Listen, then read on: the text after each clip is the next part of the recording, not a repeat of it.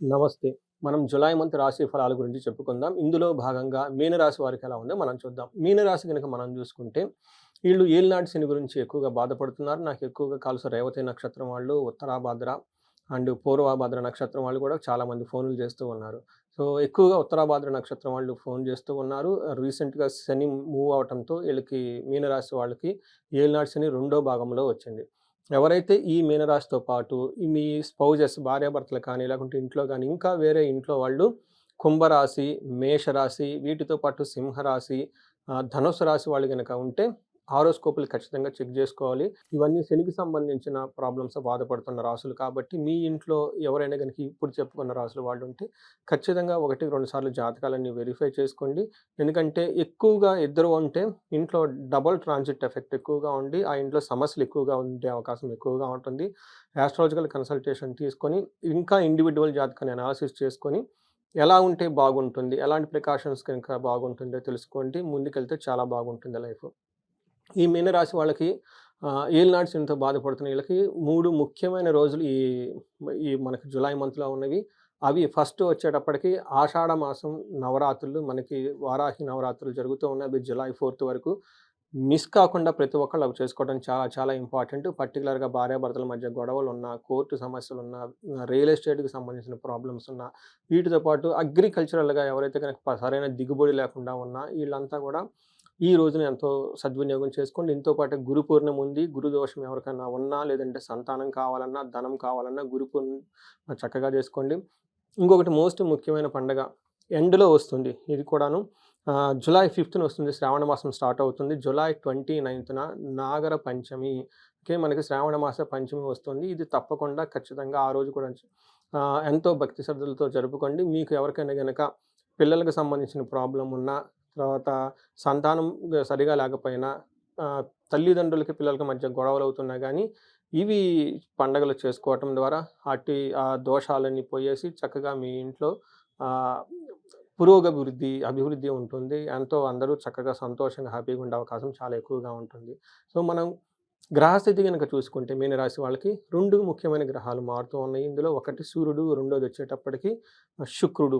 ఈ 2 యొక్క గ్రహాలు మార్పు ఈ మీనరాశి వాళ్ళకి చాలా అనుకూలంగా ఉంటుంది. ఒక రకంగా చూస్తే మీనరాశి వాళ్ళకి లాస్ట్ 2 మంత్స్, 3 మంత్స్‌తో కొంచెం ఇబ్బంది పడుతూ ఉన్నారు. ఈళ్ళు లాస్ట్ 4, 5 మంత్స్ నుంచి కూడా కొంతమంది ఇబ్బంది పడుతూ ఉన్నారు.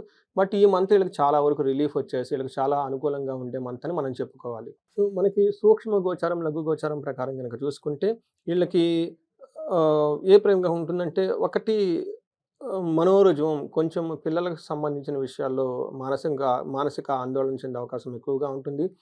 ఆహ్, కుజుడు సంపదలను తీసుకొనొస్తారు. శుక్రుడు వచ్చేటప్పటికి ఆల్ రౌండ్ గ్రోత్, ప్రాస్పెరిటీని తీసుకొనొస్తూ ఉంటారు.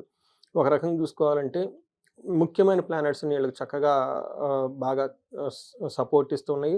గురువు కూడాను ఈ జులై మంత్ అంతా కూడా మీకు మంచి సపోర్ట్ ఇస్తూ ఉన్నారు. ఇది ఒక మంచి శుభ పరిణామం మీనరాశి వాళ్ళకనికి మనం చెప్పుకోవచ్చు. మనం గ్రహం వైస్ గనక చూసుకుంటే సూర్యుడు వీళ్ళకి జులై 5 తర్వాత జులై 14 తర్వాత వీళ్ళకి ఐదో ఇంట్లో మూవ్ అవ్వటంతోటి ఇది మిక్స్డ్ రిజల్ట్ ఇస్తారు అని చెప్తారు. అంటే కొన్ని విషయాల్లో ఛాలెంజింగ్‌గా, కొన్ని విషయాల్లో ఆపర్చునిటీస్‌ని వీళ్ళు తీసుకొనొస్తూ ఉంటారు. సూర్యుడు గనక మనం చూసుకుంటే వీళ్ళకి 5థ్ హౌస్‌లో ఉండటం వల్ల మన మహర్షులు ఏం చెప్తారంటే, దేహలాస్యం మనస్తాపం సుహృద్వేషం ధన వ్యయం బుద్ధి చాంచల్యం ఆప్నోతి పంచమే రవి సంయుతే అని మనకు చెప్తారు. దీని ప్రకారం గనక చూసుకుంటే శారీరకంగా అలసట ఉంటుంది. మనస్తాపానికి గురయ్యే అవకాశాలు ఎక్కువుంటాయి. తర్వాత సుహృద్వేషం స్నేహితుల వల్ల ఇబ్బందులుంటాయి. కొంచెం జాగ్రత్తగా పెట్టుకోండి. తర్వాత వీళ్ళకి ధన వ్యయం విపరీతంగా ధనం గూడా ఖర్చయ్యే అవకాశం ఎక్కువగా ఉంటుంది. అంతేగాకుండా బుద్ధి చాంచల్యం ఆప్నోతి అని చెప్తారు. ఈ టైంలో ఈళ్ళు సరైన డెసిషన్ తీసుకోలేక కొంచెం మానసికంగా అలజడికి గురయ్యి ఇబ్బందులు పడే అవకాశం ఎక్కువగా ఉంటుంది. హెల్త్ విషయంలో గూడా కొంచెం జాగ్రత్తగా ఉండటం వీళ్ళెంతైనా అవసరం. కుజుడు ఆరో ఇంట్లో ఉండటం వల్ల ఈ రాశి వాళ్ళకి, మీనరాశి వాళ్ళకి చాలా మంచి జరుగుతుందని మనం చెప్పుకోవచ్చు. ఆరో ఇంట్లో కుజుడు ఉండటం వల్ల కొంచెం ఛాలెంజెస్ కూడా ఉంటాయి. ఫస్ట్ ఈళ్ళకి ప్రతికూలమైన పరిస్థితులు గనక మనం చూసుకుంటే, ఈళ్ళకి వస్త్రలాభో, ధాన్యలాభో, ధనలాభో యథాశక్తిః మనోల్లాసో ధర్మసిద్ధి షష్టమస్తే కుజే భవేత్ అని చెప్తారు. అంటే సూక్ష్మంగా గనక చెప్పగాలంటే ఈళ్ళకి అన్ని విధంగా లాభప్రదంగా ఉంటుంది. అది ధనం ప్రకారం గానీ, ధాన్యం ప్రకారంగా కానివ్వండి, కీర్తి ప్రతిష్టల ప్రకారంగా కానీ అంతేకాకుండా మనోల్లాసో ధర్మసిద్ధి. మనసంతా చాలా ఆహ్లాదకరంగా ఉండి, మంచి పనులు గనక చేస్తూ ఉంటే, ఆ పనులన్నీ సిద్ధించి చక్కగా మంచి జరిగే అవకాశం ఎక్కువగా ఉంటుంది. అదేవిధంగా కుజుడు మంచితో పాటు కొన్ని ఛాలెంజెస్ కూడా తీసుకొనొస్తున్నారు. అవి సెపరేషన్ భార్యాభర్తల మధ్య ఏమన్నా గనక గొడవలొచ్చే అవకాశం ఎక్కువగా ఉంటుంది. అవమానం జరిగే అవకాశాలు కూడా ఎక్కువగా ఉంటుంది. సో, మూడో గ్రహం చాలా బాగా సపోర్ట్ ఇచ్చే గ్రహం మీనరాశి వాళ్ళకేమిటంటే శుక్రుడు అని చెప్పొచ్చు. శుక్రుడు గనక మనం జూసుకుంటే ఈళ్ళకి మూడో ఇంట్లో ఏంటి, తొమ్మిదో ఇంట్లో చూడటం వల్ల శుక్రుని దృష్టి మంచిది. శుక్రుడు తను ఉన్న మూడో స్థానం కూడా మంచిది అని మనం చెప్పుకోవచ్చు. ఇందులో మూడో స్థానంలో గనక చూసుకుంటే వ్యాపారంలో అంత సరిగ్గా అంటే మిక్స్డ్‌గా ఉండే అవకాశం ఎక్కువగా ఉంటుంది ధనం విషయంలో. కానీ బిజినెస్ ఓవరాల్‌గా గ్రోత్ అయితే చాలా బాగుంటుంది. ఇంతే కాకుండా గౌరవం మీ మాటలకి చాలా గౌరవప్రదమైన వాల్యూ ఉంటుంది. మీరేదైనా గనక మాట చెప్తే అవి అన్నీ చలామణి అవుతాయి. మీరు చెప్పే మాటలు. పలుకుబడి విపరీతంగా పెరుగుతుంటుంది. ధనము, గౌరవం కూడా ఉండే అవకాశం చాలా ఎక్కువగా ఉంటుంది. ఇవి గ్రహాల యొక్క స్థితిని బట్టి మనం చూసుకుంటే మేజర్ గ్రహాలు చాలా సపోర్టివ్‌గా ఉన్నాయి. గురువు కూడాను మీకు నాలుగో ఇంట్లో ఉన్న నాలుగో ఇంట్లో గురువు జనరల్‌గా మంచిది కాదు అంటారు. కానీ జులై మంత్ గురువు మీకు విపరీతంగా యోగ్యతని ఇవ్వటం వల్ల ధనం వచ్చే అవకాశం, పుత్రుల ద్వారా సంతానం, అంతేకాకుండా మీకు ఒక మంచి అడ్వైజర్స్ వచ్చే అవకాశం కూడా ఎక్కువగా ఉంటుంది. అప్పటిదాకా మీకు ఏదైనా విషయంలో ఎలా ఎళ్తే బాగుంటుంది అని క్లారిటీ గనక లేకుండా ఉంటే, ఇప్పుడు గురువు సపోర్ట్ చేయటంతోటి మీకు మంచి క్లారిటీ వస్తుంది. మంచి కీర్తి ప్రతిష్టలు కూడా మీకు వస్తాయని మనం చెప్పుకోవచ్చు. సో, ఈ ప్రకారంగా గ్రహాలు వైస్ గనక చూసుకుంటే మెజారిటీ గ్రహాలు అనుకూలంగా ఉండటంతోటి చాలా చక్కగా ఉండే అవకాశం ఎక్కువగా ఉంది. ఇప్పుడు మనం ఒక్కొక్క నక్షత్రం ప్రకారం గనక చూసుకుంటే మీనరాశిలో పూర్వభాద్ర, ఉత్తరాభాద్ర, రేవతి నక్షత్రాలు 3 ఉంటాయి. పూర్వభాద్ర నక్షత్రం వాళ్ళకి చూసుకుంటే వీళ్ళకి ధన ప్రాప్తి, ధనలాభము ఎక్కువగా ఉన్నాయి. నెగెటివ్ సైడ్‌లో గనక చూసుకుంటే ధనహీనత, భయము 2 కనిపిస్తూ ఉంటుంది. వీటితో పాటు బంధనము, బంధించబడినట్లు ఉండే సిట్యుయేషన్స్ ఎక్కువగా ఉంటుంది.